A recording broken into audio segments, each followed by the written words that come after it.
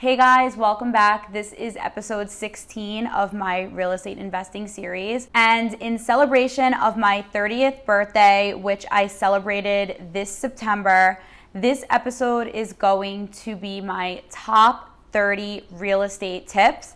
And I'm dividing it into 15 tips for buyers and 15 tips for sellers. So stay tuned, I'm covering everything here.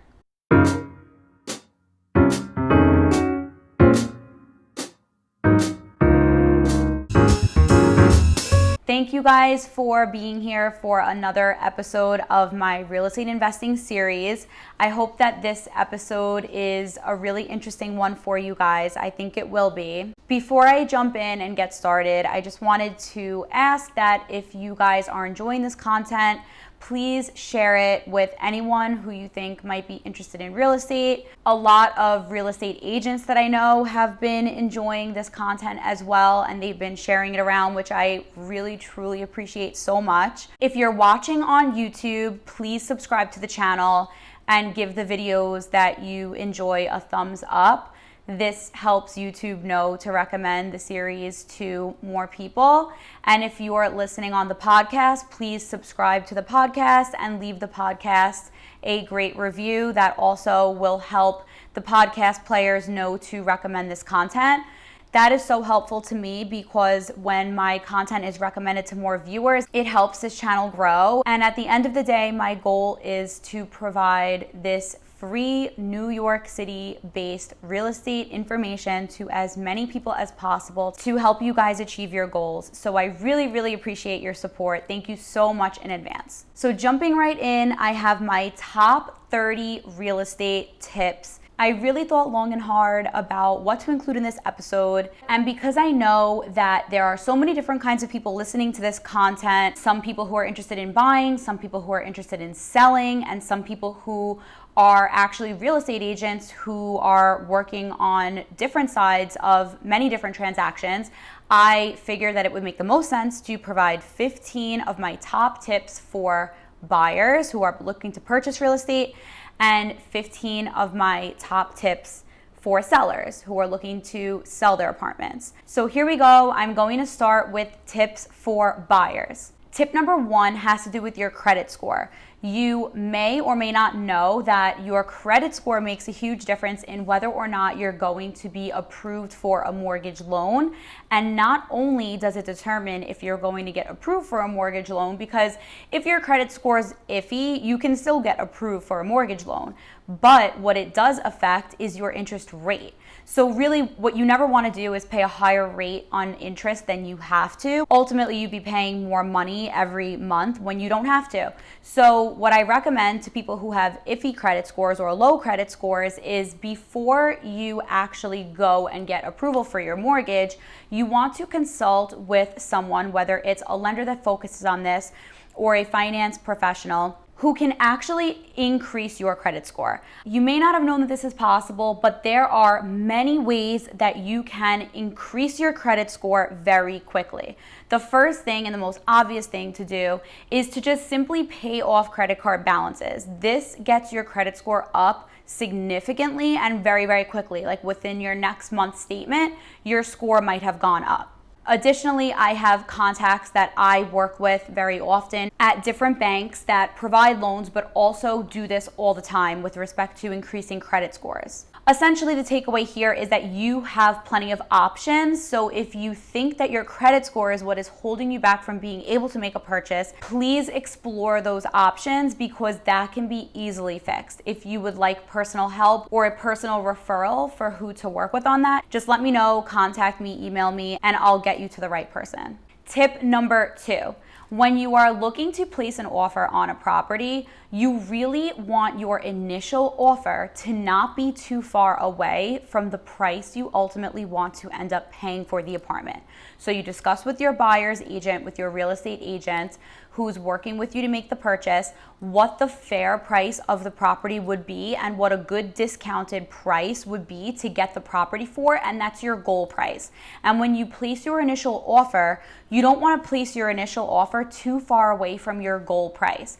The goal is to place actually as high of an offer as you can while still leaving yourself room to come up to your goal price. That way your initial offer doesn't offend the seller. It'll actually excite the seller into thinking that they have a really serious buyer here, and they will engage with you quickly, and you'll start the transaction negotiation in good faith. You'll have both sides really engaged, and it's the best way to net out at your ultimate goal.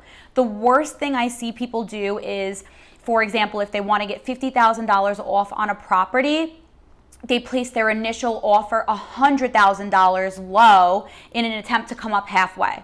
That is not a strategic way to negotiate, and you never want to do that.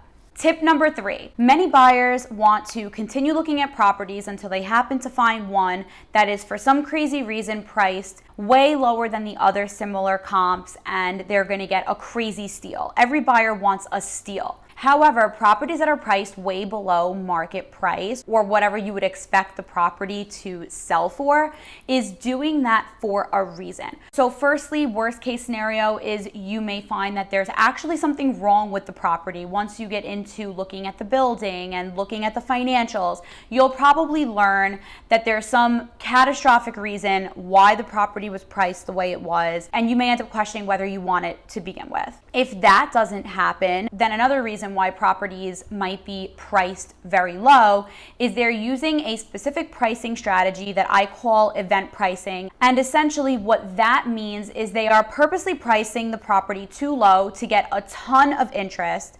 Their first open house is probably going to be bombarded by people, or they're going to have an extremely packed week of showings, and they're going to get so much traffic that all of the other potential buyers are going to be aware that this property is in high demand, and it's going to create a bidding war situation where everyone wants the property, and you'll end up fighting other buyers until the property comes up to market price or higher. So heads up, if you find a property that you think is priced too good to be true, just know what is in front of you and ahead of you, and please have your buyer's agent look into the reasons why it might be priced the way it is and have them negotiate strategically for you so that you win the property without getting strung up too far in a bidding war.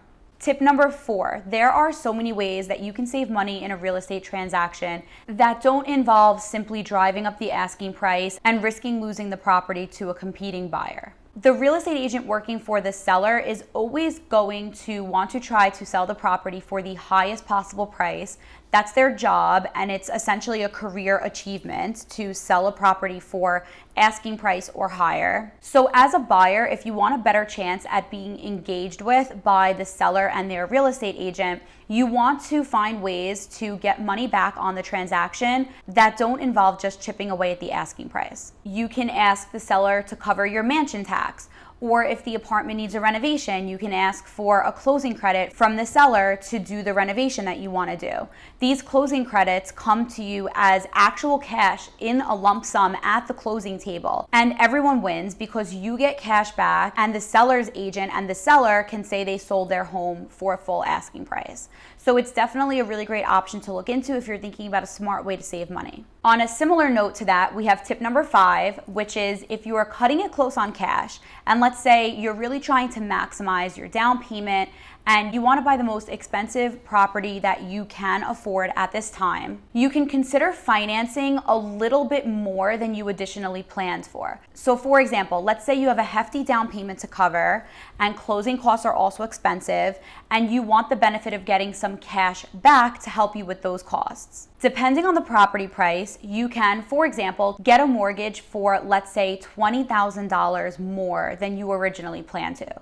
That's hardly any money per month once you work the $20,000 into that overall mortgage payment. And this will allow you to offer $20,000 more for the property. And then when you're submitting your offer, your buyer's agent will communicate to the seller that you're looking for a $20,000 closing credit to be received at the closing table for you. And ultimately, right there, you got yourself $20,000 in cash that you're getting on the day of closing, and you're barely gonna feel it because it's going to be paid back in your mortgage loan, which is going to be a nominal amount of extra money that you'll pay each month. Tip number 6, don't forget that a seller is not legally required to disclose certain issues about a property to you. This is a rule in real estate called caveat emptor, and it actually means buyer beware. Essentially, you as the buyer are responsible for finding defects in the property prior to purchasing. If the seller's agent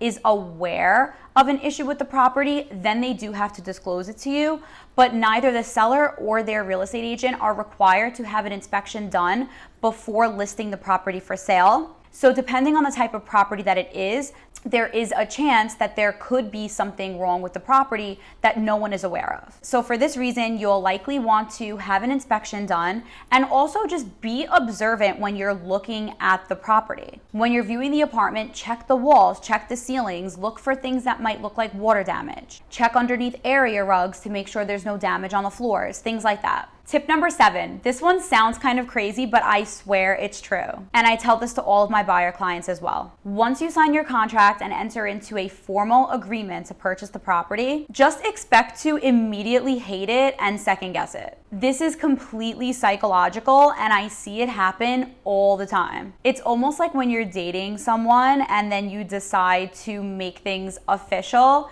You just, now that you're in a committed relationship, you just start to notice everything about the person that you don't like. It's just the way this always happens. So just keep in mind that it's natural and this is something that everyone experiences. So don't let it get to you. Don't let it worry you. Just go with the flow and focus on the end goal, and you will end up being happy with the property in the end. Tip number 8, with all of the shifts that have been happening in the market as a result of COVID, you really don't have to go far to get more space and a yard for a good value. Right now, properties in the suburbs have crazy demand and they're going for premium pricing, and we really don't know how long that's going to be the case. So I actually don't recommend paying a premium price for a property in the suburbs right now. And if you're in the city and if you like the city, what I recommend is looking closer to home, like Washington Heights or Brooklyn, where you can get a lot more space for a better value and even make your backyard dreams come true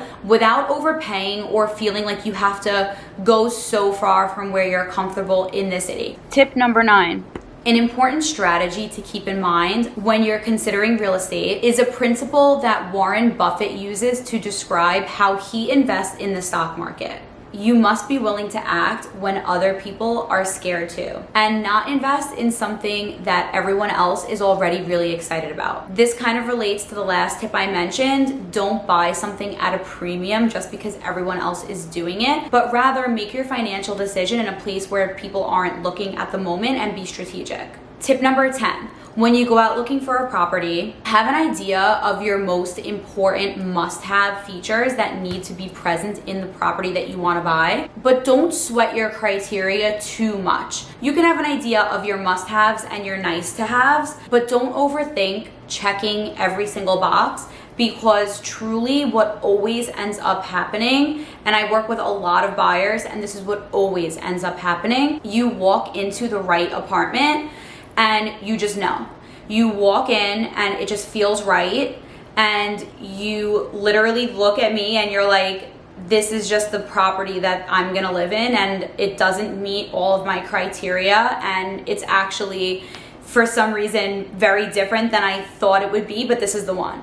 And that's what always happens, and for that reason I don't like to have my clients sweat their criteria too much. Instead, I say, let's look at as many things as we can see, or let's look at a really nice variety that have different pros and cons, and let's see what you end up naturally feeling you want. And it's really cool when that happens and you really do know. Tip number 11. If you want to make your offer more competitive without simply driving up the asking price of a property, consider putting more money down in cash and financing less. This minimizes the issues that are associated with the chance of getting a low appraisal on the property. I talk all about this in episode 14, and I really cannot emphasize enough how much of an issue this has been with COVID. For example, to put things really short and sweet, there are certain areas right now that are much more in demand than they were previously, whether it be because there's more space to be had or there's a little bit of private outdoor space. Things are now much more valuable to people than they were before. And because of that, certain properties are going for higher prices. And when appraisers who are sent from the banks to justify the price of the property before giving you a mortgage loan, when these people conduct appraisals, they look at prior transactions in the building. And the prior transactions are not always living up to the current market price based on demand. Because of that, we've had appraisals coming in low. The buyers don't really care because they still want the property, but they're not able to get their mortgage. So to sum it up in a nutshell, when you put down more than 20% of your purchase, you have many more options to get around this issue if it does happen to you. And in addition, you are 1,000 times more appealing to a seller because they know that if this issue happens, your back is not up against a wall and you're not going to walk away from the deal. And I know that the market is slow right now, and people might not think that there are competitive environments when it comes to bidding for properties. There are. It's extremely competitive, especially in certain areas for certain kinds of properties. And therefore, if you are coming in with a down payment larger than 20%, and you're offering less than a competing buyer who's only putting down 20%, there's a really good chance that you will still win that property. Tip number 12, be aware of and prepared for closing costs because they are expensive. I explained in episode 12 how closing costs can range significantly. The examples that I provided in episode 12 actually show how your closing costs could range from $3,400 to $42,000, and those examples are both on a property priced at $1 million. And I also explain in that episode exactly what affects your closing costs and what drives them up and down. So if that's something that you're interested in, definitely listen to episode 12. Tip number 13. Don't let your pride get in between you and a successful negotiation. One of the most common things that I see are people falling over their sword over things that don't really matter in a negotiation for the sake of looking powerful or feeling like they won. Remember that a successful negotiation requires both sides to feel like they won and also gave up a little. And don't forget to keep your eyes on the real prize, which is getting the well-priced property. No one wins if your deal dies and you miss out on a good opportunity. Tip number 14. When you're looking at apartments, make sure that you're clear on the differences between a condo and a co-op and which property type works best for your needs. You can find out if you're a condo person or a co-op person by listening to episode 4 of this series. Spoiler alert, if you're considering renting your apartment out to a tenant, then you are definitely a condo person. Tip number 15, and our last tip for buyers. There are a lot of new developments and new condo buildings going up right now in Brooklyn and Manhattan. Keep in mind that when you purchase an apartment in a new development building, there are significant extra closing costs that you as the buyer are responsible for paying, and they can be up to 2% of the purchase price, which doesn't sound like much, but 2% is $20,000 on a $1 million property. So this is a lot of money, but those fees can be negotiated down if you are working with a competent buyer's agent. Episode 6 of this series has all of the details on sponsor sales, which is what a purchase in a new development building is called. Okay, that wraps up my 15 tips for buyers, and now I'm going to share my top 15 real estate tips for sellers. Tip number 1, Never accept an initial offer from a buyer. This also might kind of sound crazy, but psychologically, if you accept a buyer's initial offer, they are going to wonder if they offered too much money. They're going to think maybe their offer was already above your bottom line and they left money on the table. You really never want that to happen. So even if the initial offer is a price that you're comfortable with, counter by a couple of $1,000s more. You really just never want the buyer to feel like they gave too much money in the initial, because it'll come back to bite you later. They'll feel like the property was too easy to win and they'll find things to nitpick about later. So it's not even worth it. Tip number 2, similar but different, always respond to an offer from a buyer. Even if their offer is too low, you still want to counter. So differently from tip number 1, let's say a buyer places an initial offer for your property and you think it's just ridiculously low. Like you think this person must have no idea what's going on because they offered way too low for your property and you're honestly offended. My recommendation is sometimes people just are uneducated and they don't realize how detrimental it is when they place a lowball offer that is too low.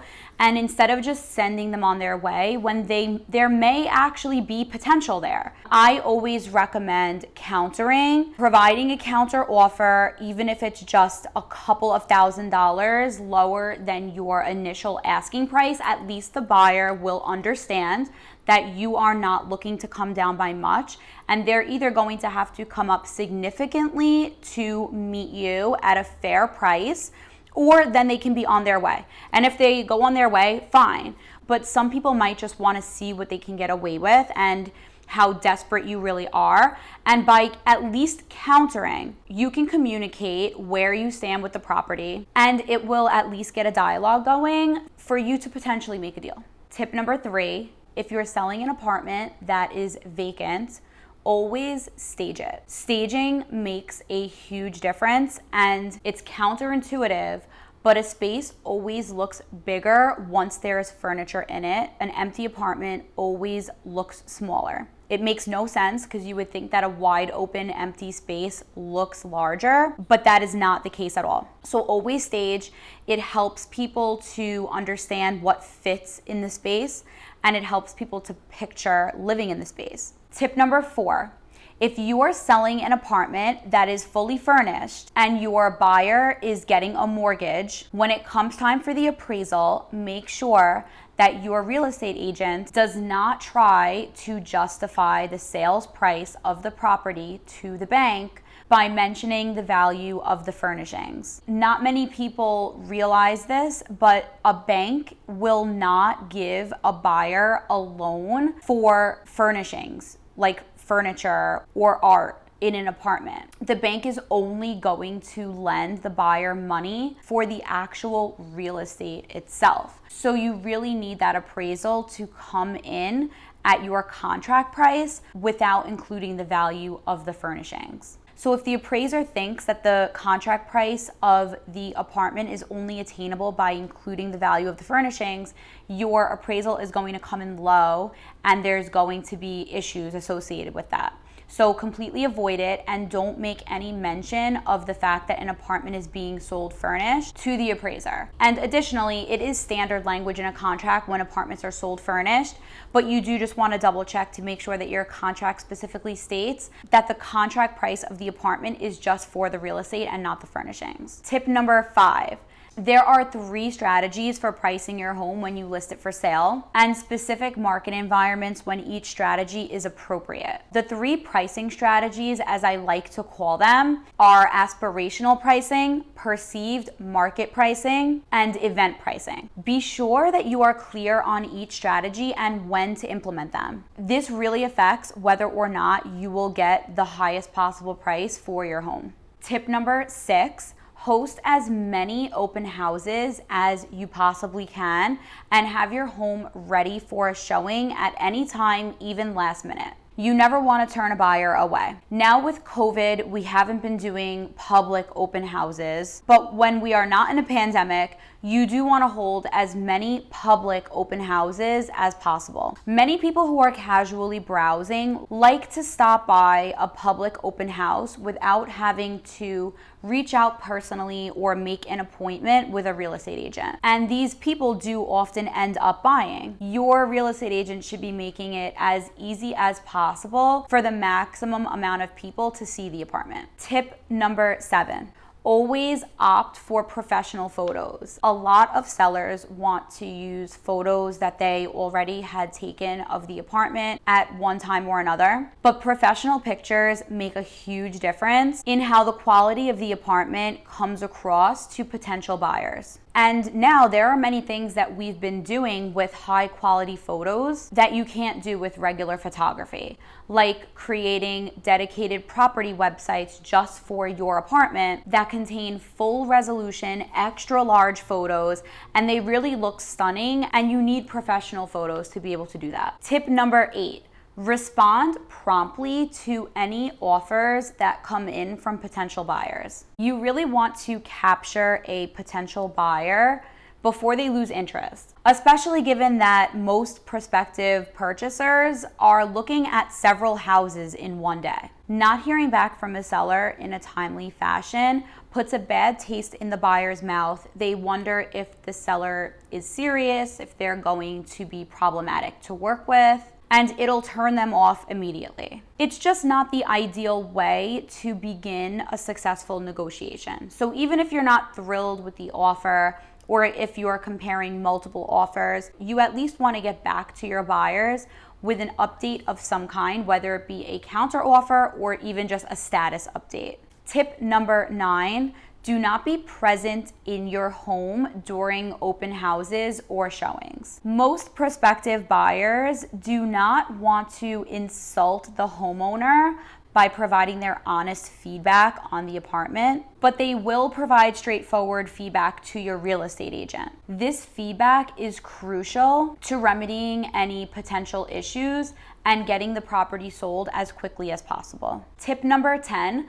Be honest with your real estate agent. Some sellers are not straightforward with their real estate agent about the lowest price they would be comfortable selling for because they think that the agent won't work as hard to get them a price above their bottom line. However, if you're working with a good seller's agent, they are always going to fight for the highest possible price for you, and of course, they're going to shoot way higher than your bottom line. They're going to negotiate for as close to your asking price as possible. I have seen sellers lose buyers that were willing to come up to a price that the seller would have actually been okay with, but it never came to fruition because the seller and their agent were not on the same page. You need to work with an agent who you trust, who is going to be ruthless and negotiate for you to get the highest possible price for your home. But you also really do need to be honest with them about your numbers. Tip number 11. If you decide to make any upgrades to your home prior to selling it, make sure that those upgrades are as generic as possible. Though you may love bold colors or ornate patterned wallpaper, unique designs are going to be distracting and may not resonate with potential buyers. Your best option is to make your home a clean slate and let people reimagine it however they like. In that same vein, do an honest audit of your home before you put it on the market. And if you're able to, try to make it as impersonal as possible. So remove your personal belongings, remove your family photographs, remove anything that is very unique to you, and try to just appeal to everyone. Tip number 12. The kitchen is one of the most important features in the home, and it's also the room that people are most intimidated to renovate because there's a lot that goes into it. If you choose to upgrade one thing in your home before listing, make it the kitchen. An older kitchen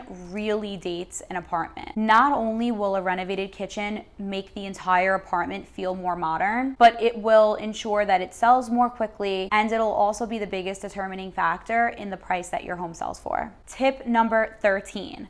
Lighting is very important. If you have bulbs that are burned out or low wattage bulbs that emit yellow light, replace them all with daylight bulbs and immediately your home will look so crisp and so bright. Before showings, open up your curtains and allow as much natural light as possible to flow in. Tip number 14, storage space is something that you can never get enough of, and it's important for potential buyers to be able to appreciate the closet space you have in the apartment. If your closets are overstuffed, empty them out and place your personal items somewhere else so that your potential buyers can see the depth of your closets and feel like the space doesn't quickly reach maximum capacity. And finally, tip number 15, selling a home is one of the most emotional processes that you can go through. If you want to get the most money for your home and reach your next goal quickly and efficiently, it's best to keep emotions out of the transaction and focus on the end goal. Understand that the buyer is just as nervous as you may be and try to be empathetic. Also, keeping in mind the financial reasons behind why it makes sense for you to sell will make it easier for you to think of yourself as a business person as you manage the sale, which will help you look at things less personally. Make sure you're working with an agent who understands you and really considers your needs so you feel that you have a teammate and someone to lean on. And that wraps up my 30 top real estate tips for buyers and sellers. I hope that you guys found this episode helpful and interesting. If you liked this episode, please share it with your friends, with your family, with anyone who you think might find it valuable. And please, again, I urge you guys to subscribe to the podcast or subscribe to the YouTube channel and give these episodes a thumbs up or a positive review. Anything that you can do to help this channel do well, I immensely appreciate. It's been so cool since I started this series to see how many people are setting themselves up for financial success in the future by making intelligent real estate investment decisions today. Thank you guys so much for listening to episode 16. Stay tuned for the next episode. I'll see you guys soon.